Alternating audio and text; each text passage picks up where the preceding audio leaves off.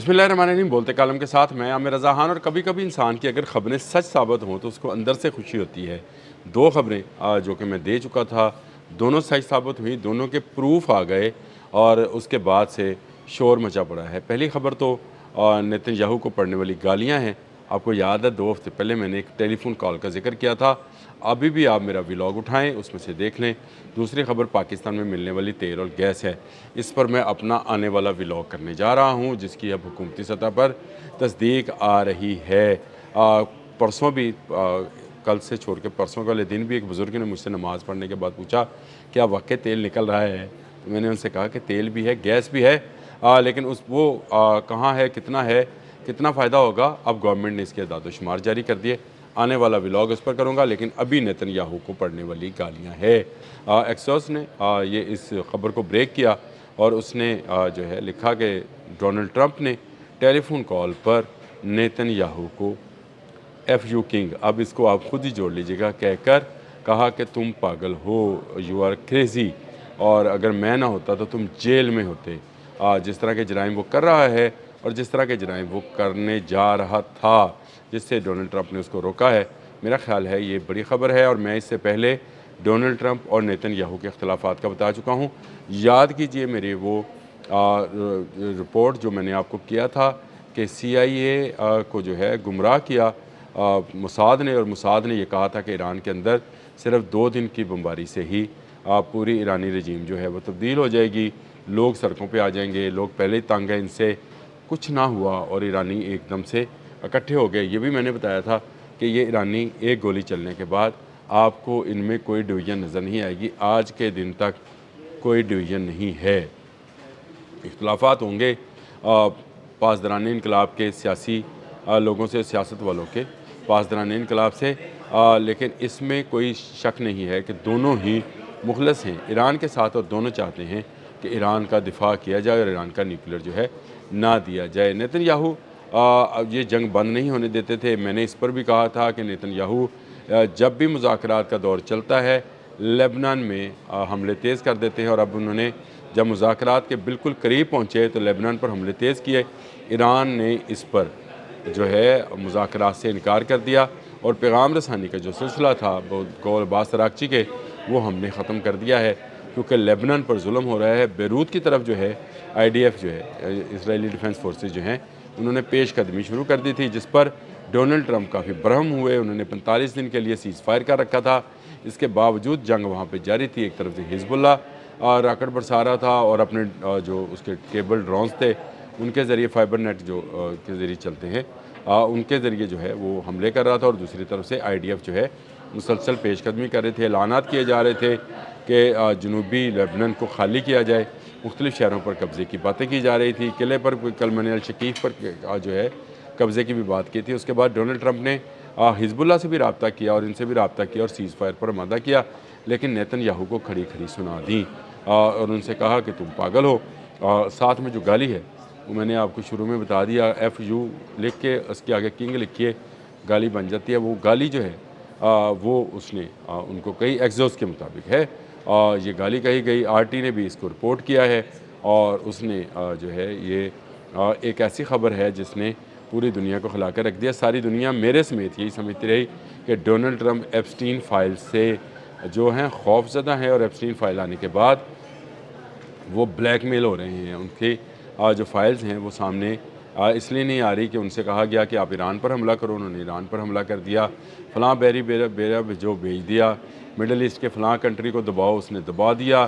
फ़लाँ को धमकी लगाओ, धमकी लगा दी। इवन अमान तक को धमकी लगा दी।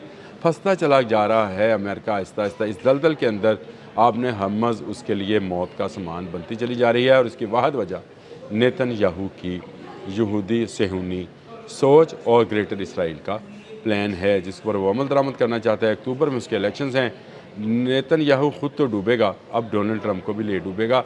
अब वो पॉइंट आ गया है जिस पर डोनाल्ड ट्रंप जो हैं इस पर बरहम हैं। इसको आप जिस तरह से मर्ज़ी देखें, लेकिन आने वाले चंद दिनों में मैं आपको एक और बड़ी ख़बर देने वाला हूँ कि एप्स्टीन फाइल्स की वो वीडियोज़ और वो रिकॉर्डिंग्स जो कि डोनाल्ड ट्रंप से वाबस्ता हैं बाहर आएंगी, मंजर आम पर लाई जाएंगी।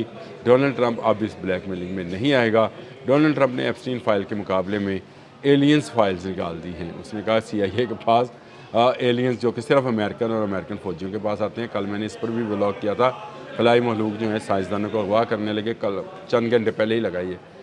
اس میں بھی میں نے سارا بیان کیا تھا کہ یہ سارا ڈرامہ صرف ایپسٹین فائل کو جو ہے پس پش ڈالنے کے لیے ہے، لیکن ڈونلڈ ٹرمپ پر اب ریپبلکنز کی جانب سے، یعنی اس کی اپنی جماعت کی جانب سے بھی کافی دباؤ ہے، جن کو آنے والا الیکشن جو نومبر دسمبر میں ہونا ہے اس میں ان کو شکست واضح نظر آ رہی ہے، نقصان پہ نقصان ہے، جو انفلیشن ریٹ ہے، جو مہنگائی ہے وہ بڑھ رہی ہے، پیٹرول کی قیمتیں وہاں بھی زیادہ ہو گئی، حاصل وصول کچھ نہیں ہوا، نہ ایران میں رجیم چینج ہوئی، نہ وہاں پر ایٹمی مواد جو ہے یورینیم، افزودہ یورینیم جو ہے وہ ابھی تک حاصل ہوا ہے، اور نہ ایران نے جو ہے وہ پسپائی اختیار کی ہے۔ ایران ہر حملے کے جواب میں ایک بڑا حملہ جو ہے کرتا چلا جا رہا ہے، نئے ہتھیار انٹروڈیوس کروا رہا ہے۔ کل میں نے رجب 27 کا بھی ذکر کیا تھا، اور اس سے پہلے میں فتح 1 پر بھی ایک پورا ولاگ کر چکا ہوں جس میں نے ساری چیزوں کو بتایا تھا۔ تو امریکہ کے لیے اس ساری گیم پلان کے اندر جو کہ نیتن یاہو کا بنایا ہوا تھا، شکست ہی شکست ہے۔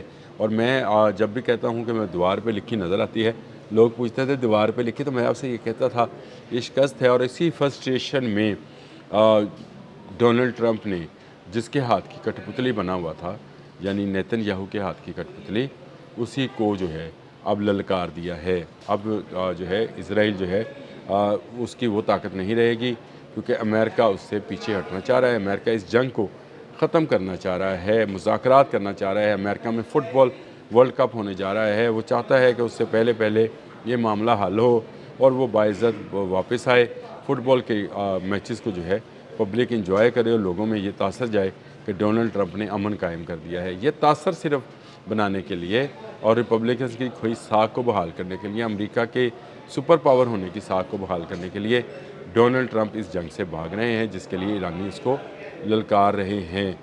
اس جنگ میں ان کو کیونکہ نیتن یاہو نے پھنسایا تھا، اور نیتن یاہو نے ایک اور چال چلی ہوئی ہے، اور وہ لیبنان ہے، کیونکہ اس کو پتہ ہے کہ جب تک لیبنان میں بمباری اور گولہ باری اور وہاں کے لوگوں کو شہید کیا جاتا رہے گا، ایران مذاکرات کی ٹیبل پر نہیں آئے گا۔ جیسے ہی مذاکرات بالکل آخری نہج پر پہنچتے ہیں، وہ لیبنان پر چڑھائی کر دیتا ہے، گولہ باری کرتا ہے، بلڈنگز کو گرا دیتا ہے، اور اس کے بعد وہ جو ہے مذاکرات تعطل کا شکار ہو جاتے ہیں، جیسے اب پھر ہو گئے۔ جب انہوں نے اعلان کیا کہ بیروت پر قبضہ کیا جائے گا IDF نے، تو مذاکرات کو روک دیا گیا ایرانیوں کی طرف سے، جو پیغام رسانی کا سلسلہ تھا اس کو ختم کر دیا گیا، اور یوں وہ جنگ جو امریکہ نے مسلط کی تھی ایران پر، لیکن اب اس پر مسلط ہوتی نظر آتی ہے، اس کی فرسٹریشن میں نیتن یاہو کو گالیاں پڑی ہیں۔ آنے والے دنوں میں جوتیاں بھی پڑیں گی، مار بھی پڑے گی، کیونکہ نیتن یاہو جو ہے وہ آپے سے باہر ہوتا چلا جا رہا تھا۔ وہ سمجھ رہا تھا کہ امریکہ اس کے ساتھ ہے تو وہ